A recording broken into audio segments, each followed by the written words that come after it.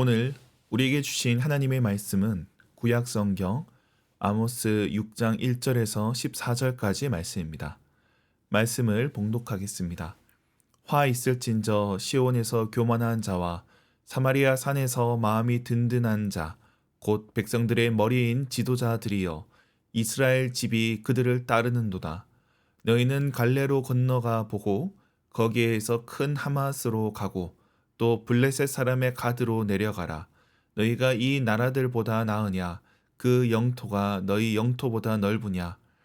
너희는 흉한 날이 멀다 하여 포악한 자리로 가까워지게 하고 상하상에 누우며 침상에서 기지개 켜며 양떼에서 어린 양과 우리에서 송아지를 잡아서 먹고 비파 소리에 맞추어 노래를 지절거리며 다윗처럼 자기를 위하여 악기를 제조하며 대접으로 포도주를 마시며 귀한 기름을 몸에 바르면서 요셉의 환난에 대하여는 근심하지 아니하는 자로다.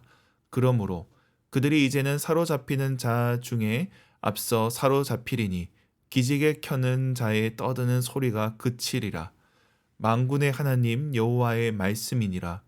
주 여호와가 당신을 두고 맹세하셨노라.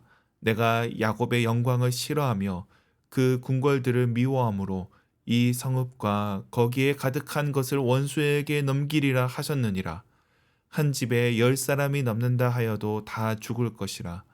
죽은 사람의 친척 곧 그 시체를 불사를 자가 그 뼈를 집 밖으로 가져갈 때에 그 집 깊숙한 곳에 있는 자에게 묻기를 아직 더 있느냐 하면 대답하기를 없다 하리니 그가 또 말하기를 잠잠하라. 우리가 여호와의 이름을 부르지 못할 것이라 하리라. 보라, 여호와께서 명령하심으로 타격을 받아 큰 집은 갈라지고 작은 집은 터지리라. 말들이 어찌 바위 위에서 달리겠으며 소가 어찌 거기서 밭을 갈겠느냐. 그런데 너희는 정의를 쓸개로 바꾸며 공의의 열매를 쓴 쑥으로 바꾸며 허무한 것을 기뻐하며 이르기를 우리는 우리의 힘으로 뿔들을 취하지 아니하였느냐 하는도다. 만군의 하나님 여호와의 말씀이니라. 이스라엘 족속아, 내가 한 나라를 일으켜 너희를 치리니 그들이 하맛 어기에서부터 아라바 시내까지 너희를 학대하리라 하셨느니라. 아멘. 아모스의 예언이 이어지고 있습니다. 오늘 말씀은 지도자들에 대한 심판의 예언입니다. 6장 1절에 보면 사마리아 산에 마음이 든든한 자, 백성들의 머리인 지도자들이라고 나옵니다. 물론 시온에서 교만한 자란 표현도 있지만 주 타겟은 사마리아, 북이스라엘의 지도자들이었습니다. 그들이 갈레와 하맛, 블레셋 가드로 가보며 영토를 비교해 보라 나옵니다. 당시 북이스라엘은 매우 큰 왕국이었습니다. 고고학자들은 유대 남쪽 홍해 가는 길을 연구하는데 거기서도 북이스라엘 유적이 나올 정도입니다. 이집트와 홍해로 가는 길까지 북이스라엘이 통제하고 있었습니다. 그들은 자신들의 영토가 넓은 것을 자랑했습니다. 광대한 영토와 더불어 교역로에서는 온갖 물품들이 쏟아져 나왔습니다. 그러니 북이스라엘에 나지 않은 사치품들이 들어오게 됩니다. 4절에 보면 상하상에 눕는다 나옵니다. 코끼리 상하입니다. 그 지역에 없는 코끼리를 수입해다가 가구로 장식하는 겁니다. 침상을 비롯해 온갖 가구에 상하로 장식했습니다. 그런 사치스러운 침대에서 일어나 양과 송아지를 잡아먹고 노래도 부르고 악기도 연주하는 사람들입니다. 어쩌면 상류층의 문화를 향유하는 겁니다. 그리고 이들은 포도주도 6절에 보면 원 없이 대접에 마시며 귀한 기름을 발랐습니다. 기름은 손님들이 올 때 얼굴에 발라주는데 향도 나고 얼굴을 환하게 하는 기능이 있습니다. 그러니 손님들이 올 때 비싼 화장품을 바르는 겁니다. 그렇게 번들거리는 얼굴로, 매끈한 얼굴로 그렇게 늦게까지 자고 일어나서 온갖 쾌락을 다 누리고 있지만 그들은 요셉의 환난에 근심하지 않고 있습니다. 여기서 요셉의 환난은 장차 그들에게 임할 심판인 동시에 지금 당장의 공동체의 위기를 가리키기도 합니다. 자신들은 사치와 향락에 빠져 살았지만 정작 공동체의 문제를 돌보지 않았다는 겁니다. 상류층은 상류층 나름의 책무가 있습니다.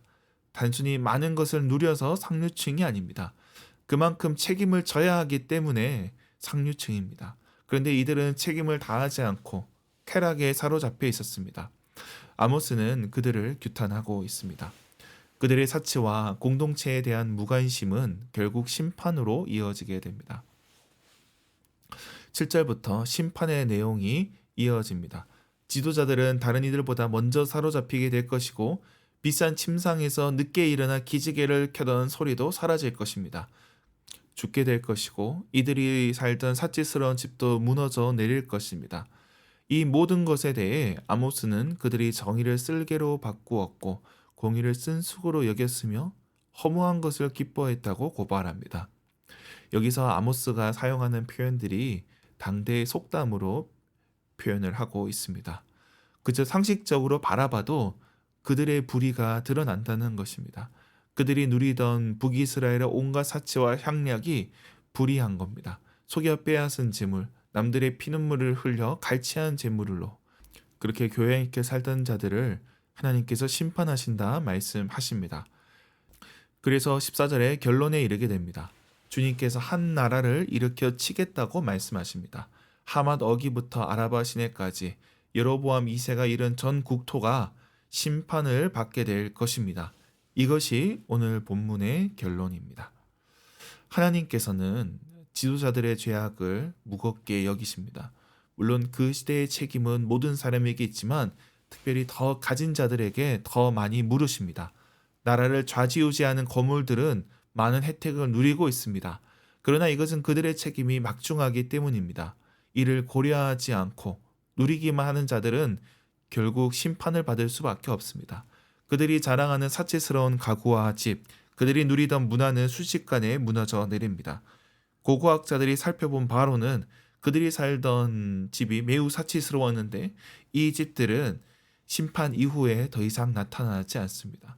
갑작스럽게 누렸던 부와 귀는 이제 사라진 것입니다. 환란이 닥침으로 이들은 모든 것을 잃게 됩니다. 그런데 오늘 이 말씀이 이 시대에도 여전히 유효하다는 것입니다.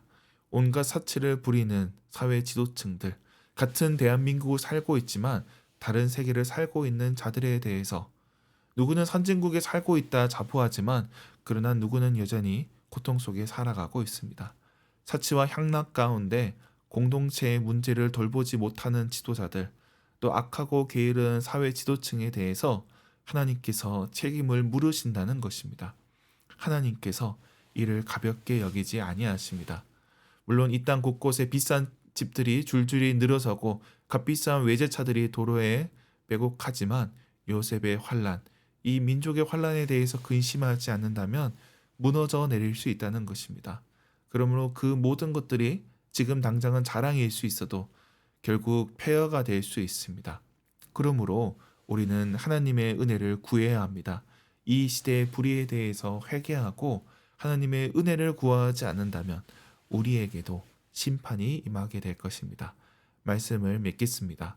하나님께서는 이 시대의 지도자들의 책임을 물으십니다. 그들의 사치를 정죄하십니다. 오늘 우리에게도 마찬가지입니다. 요셉의 환난, 공동체의 아픔을 살피지 않는다면 우리에게도 이러한 심판이 임하게 될 것입니다. 그러므로 주님의 뜻을 구하는 저와 여러분이 되길 주님의 이름으로 축원합니다. 기도하겠습니다. 하나님 아버지, 오늘도 주님 앞에 나온 주님의 권속들을 기억하여 주시옵소서. 저들이 고개 숙여 기도할 때 주님께서 저들의 기도를 들으시고 응답하여 주옵소서. 이 시대에 향하여서 책임을 물으신 주님 앞에 저희가 어찌 감히 설 수 있겠습니까? 주님, 그러나 저희들이 겸손히 서게 하여 주옵시고 요셉의 환난을 돌보게 하여 주시옵소서. 이 땅의 교회들이 거룩한 교회, 순결한 교회 되게 하여 주시옵소서. 불의와 결탁하여 지난날에 지은 죄악을 회개하오니 주님 용서하여 주시옵소서. 더불어 이 나라의 혼란을 그치게 하여 주옵시고 모든 죄악들이 드러나게 하여 주옵시고 심판받을 자들이 심판을 받게 하여 주시옵소서. 주님, 우리의 사명 가운데 주님께서 함께하여 주옵시고 능력을 다하여 주시옵소서. 연약한 지체들, 어려운 가운데 있는 성도들 주님께서 돌보아 주시고 오늘 하루 주님의 은혜 가운데 거하게 하여 주시옵소서.